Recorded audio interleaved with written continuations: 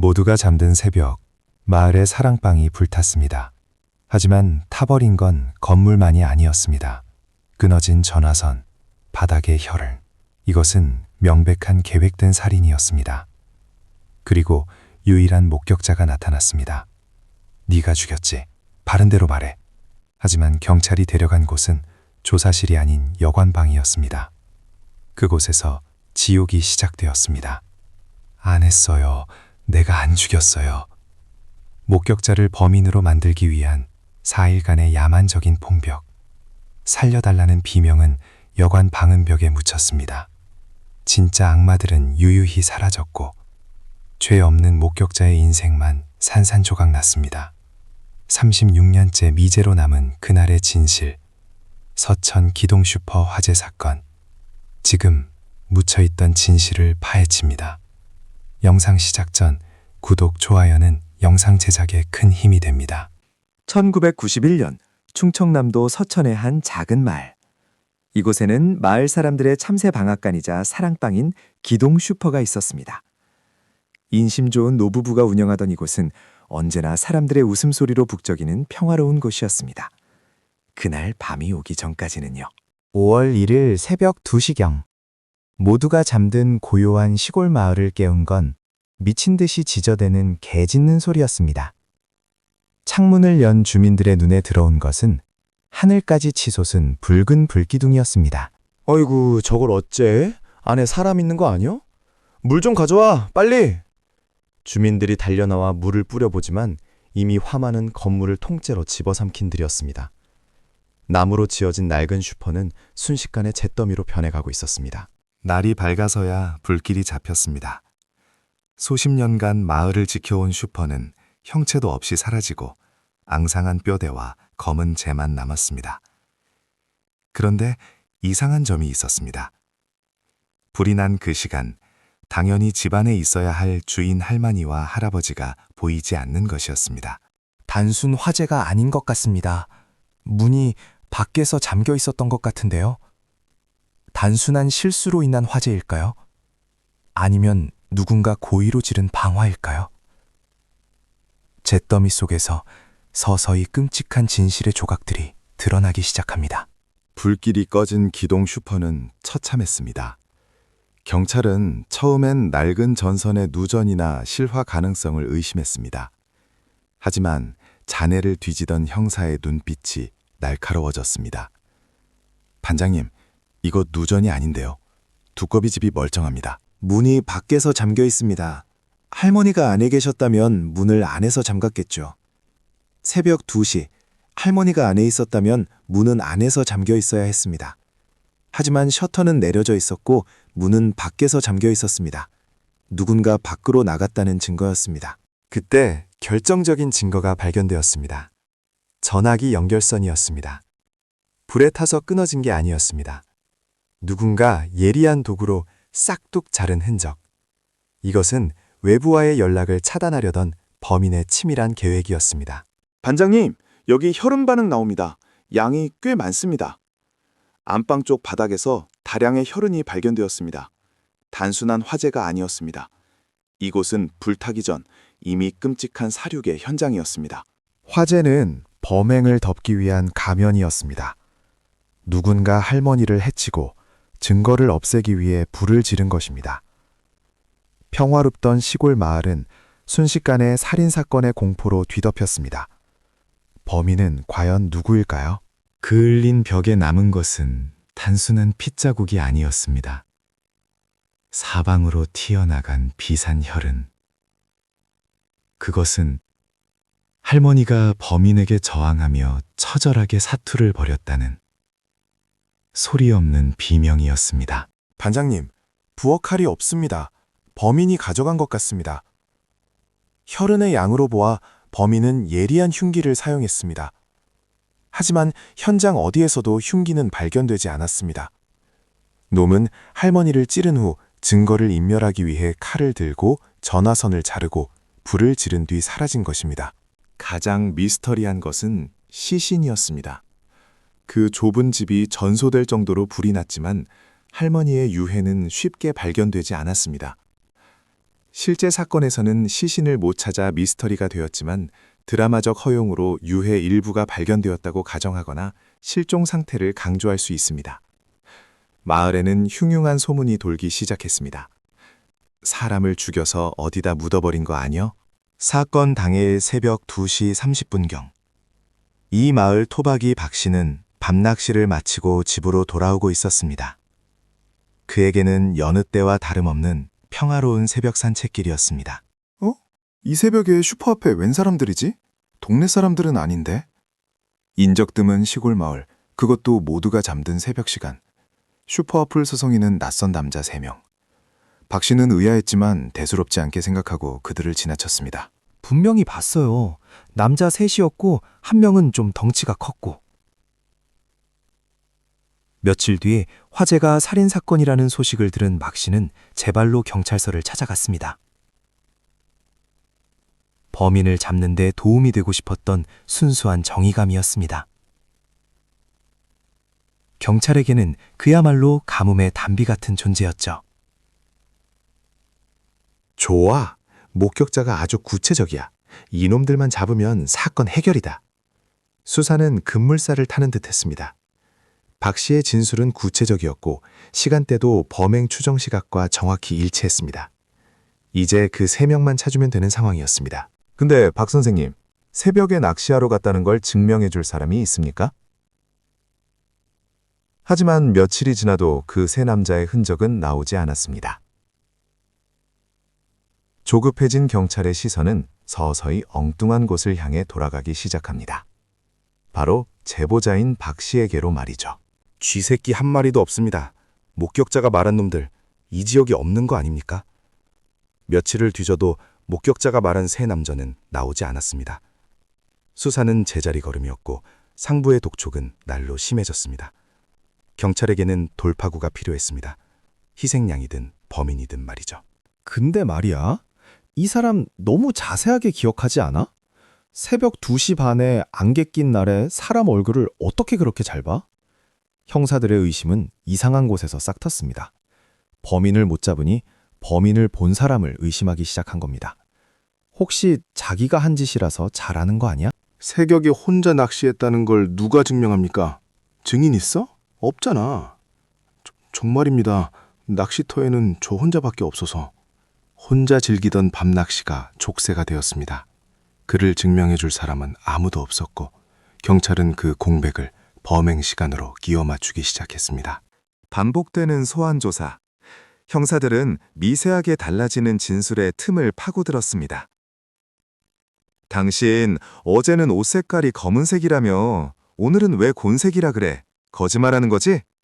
계속되는 추궁에 박 씨의 기억조차 흐릿해지기 시작했습니다.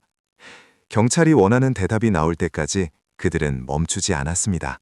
박 선생님, 조용한 데 가서 얘기 좀 더 합시다. 서에서는 말이 안 통하네. 경찰서가 아닌 조용한 곳. 그것은 공식적인 수사 기록을 남기지 않겠다는 불법의 시작을 알리는 신호였습니다. 박 씨는 영문도 모른 채 그 차에 올랐습니다. 자, 이제 솔직해지자고. 여기서 나가는 방법은 딱 하나야. 내 입으로 불고 나가는 거. 경찰서 조사실에는 CCTV도 기록도 남습니다. 하지만 이 낡은 여관방은 법이 존재하지 않는 무법지대였습니다. 외부와 철저히 단절된 밀실. 악몽은 여기서 시작되었습니다. 으악, 정말 아니에요. 전 목격자라고요. 목격자? 웃기지 마. 네가 죽이고 불 지른 거 다 알아. 말이 통하지 않았습니다.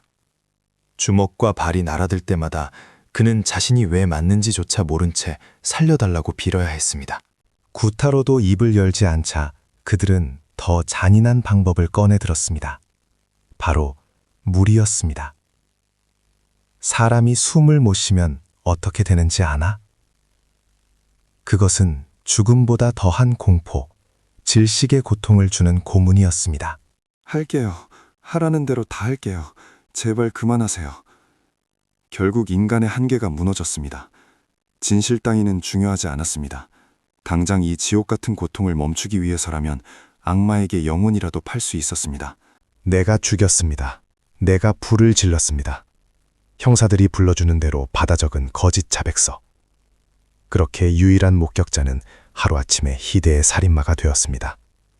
경찰은 환호했고 정의는 여관방 구석에 처박혔습니다. 피해자 박모 씨가 범행 일체를 자백했습니다. 돈을 훔치러 들어갔다가 우발적으로 살인하고 방어한 것입니다. 경찰은 개선장군처럼 당당했습니다. 4일간의 불법 감금과 고문은 과학수사와 끈질긴 추궁으로 포장되어 세상에 알려졌습니다. 경찰이 발표한 범행 동기는 그럴싸했습니다. 도박빚 때문에 돈이 필요해서 이웃을 해쳤다는 소설. 하지만 그 각본은 박 씨의 입이 아닌 형사들의 머리에서 나온 창작물이었습니다. 야, 시키는 대로 해. 여기서 찌르는 신용하라고. 또 맞고 싶어? 현장 검증 날. 그는 마치 조종당하는 인형 같았습니다. 어디로 가야 할지, 어떻게 문을 열었는지조차 몰라 머뭇거리면 형사들이 옆에서 친절하게 코치해 주었습니다. 마을 사람들은 배신감에 치를 떨며 육설을 퍼부었습니다. 가장 친했던 이웃들이 던지는 돌멩이를 맞으며 그는 억울함에 피눈물을 흘렸지만 입 밖으로 낼 수는 없었습니다. 입을 여는 순간 다시 지옥으로 끌려갈 테니까요. 그렇게 사건은 완벽하게 해결된 듯 보였습니다. 경찰은 특진을 꿈꿨고 주민들은 안도했습니다. 하지만 거짓으로 쌓아올린 탑은 작은 바람에도 무너지는 법. 진실을 밝혀줄 뜻밖의 구원자가 그를 기다리고 있었습니다. 자백 내용이 아주 상세하네요. 근데 박 선생님, 왜 그렇게 떨고 계십니까? 검찰로 넘어온 박 씨는 여전히 공포에 질려 있었습니다. 하지만 베테랑 검사의 눈에는 이상한 점이 포착되었습니다. 흉악한 살인범이라기엔 그는 너무나 위축되어 보였기 때문입니다. 이게 다 뭡니까? 경찰에서 맞았습니까? 검사님, 저 안 죽였습니다. 살려주세요. 옷을 벗자 드러난 것은 인간의 피부가 아니었습니다. 온몸에 피멍이 든 참혹한 지도. 그것은 100마디 말보다 더 강력한 고문의 증거였습니다. 사람을 이 지경으로 만들어 놓고 자백을 받아와? 당신들 옷 벗고 싶어? 검사는 즉시 수사의 불법성을 지적했습니다. 고문으로 받아낸 자백은 증거 능력이 없다. 당연한 법의 원칙이 비로소 경찰의 광기를 멈춰 세웠습니다. 구속영장 기각. 박 씨는 지옥 같은 유치장에서 풀려나 집으로 돌아갈 수 있었습니다. 하지만 그의 발걸음은 무거웠습니다. 몸은 자유가 되었지만 그의 영혼은 이미 여관방에서 죽어버렸기 때문입니다. 저 사람 증거 불충분으로 풀려났다며? 진짜 안 죽인 거 맞아? 법적으로는 무혐의였지만 세상의 시선은 달랐습니다. 그는 여전히 할머니를 죽인 용의자라는 꼬리표를 달고 살아야 했습니다. 진짜 지옥은 감옥 밖에서 기다리고 있었습니다. 잘못했어요. 살려주세요. 그는 밤마다 여관방으로 끌려갔습니다. 꿈속에서 그는 여전히 물고문을 당하고 있었고 눈을 뜨면 온몸이 식은땀으로 젖어 있었습니다. 몸은 풀려났지만 정신은 여전히 그 좁은 욕조 안에 갇혀 있었습니다. 그가 공포를 잊을 수 있는 유일한 방법은 술뿐이었습니다. 맨정신으로는 견딜 수 없는 억울함과 통증. 성실했던 가장은 매일 술병에 파묻혀 서서히 자신을 지워가고 있었습니다. 저 사람 또 술 마셨네. 무서우니까 가까이 가지 마. 경찰이 오죽했으면 잡아갔겠어? 뭐가 있으니까 그랬겠지. 무혐의로 풀려났지만 세상은 그에게 무죄를 주지 않았습니다. 그는 여전히 잠재적 범죄자였고 마을의 기피 대상이었습니다. 가장 믿었던 이웃들의 차가운 시선은 고문보다 더 아픈 칼이 되어 꽂혔습니다. 결국 가정마저 깨졌습니다. 망가져가는 남편, 술주정, 그리고 가난. 그를 지탱해주던 가족들이 떠나자 그는 세상에 홀로 남겨졌습니다. 그리고 몇 년 뒤, 그는 억울함을 풀지 못한 채 화병과 술로 인한 지병으로 쓸쓸히 세상을 떠났습니다. 진실을 말했던 대가치고는 너무나 가혹한 결말이었습니다. 그를 죽인 건 누구였을까요? 불을 지른 범인일까요? 아니면 그를 고문했던 형사들일까요? 경찰이 무고한 시민을 고문하며 헛발질을 하는 동안 진짜 범인들은 이미 수사망을 비웃으며 유유히 사라졌습니다. 어쩌면 그들은 지금 우리 곁에서 평범한 이웃의 얼굴을 하고 살아가고 있을지도 모릅니다. 2006년 이 사건의 공소시효는 끝났습니다. 이제 범인이 제 발로 나타나 자백을 해도 법적으로는 처벌할 수 없게 되었습니다. 법은 피해자의 눈물을 닦아주지 못했고 정의는 시간 앞에 무릎 꿇었습니다. 이 사건의 피해자는 한 명이 아니었습니다. 불길 속에 사라진 김 할머니, 그리고 공권력이라는 이름의 폭력에 영혼이 파괴된 목격자 박 씨. 국가는 범인을 잡지 못했을 뿐만 아니라 오히려 또 다른 피해자를 만들어냈습니다. 30년이 넘는 세월이 흘러 슈퍼가 있던 자리엔 풀만 무성합니다. 하지만 우리는 기억해야 합니다. 진실을 덮으려 했던 야만의 시대를, 그리고 억울하게 희생된 그들의 이름을 말입니다. 지금까지 실화 추적 극장, 불타버린 진실, 조작된 죄인 편이었습니다. 여러분의 관심이 미제 사건을 해결하는 작은 불씨가 되기를 바랍니다. 시청해 주셔서 감사합니다.